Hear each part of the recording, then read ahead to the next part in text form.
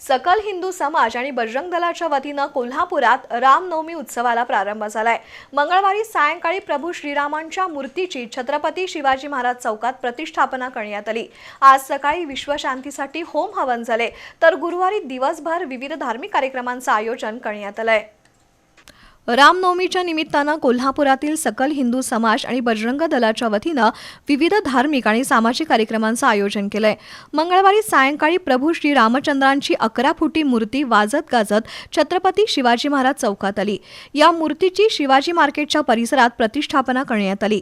आज सकाळी बजरंग दलाचे संघटन मंत्री किशोरजी, दिलीप भिवटे, बंडा साळुंखे, श्रीकांत पोतनीस, विश्व हिंदू परिषदेचे विनय बारड यांच्या उपस्थितीत श्रीरामांच्या मूर्तीचं पूजन झालं। तसंच समरसता होमाचं आयोजन केलं होतं।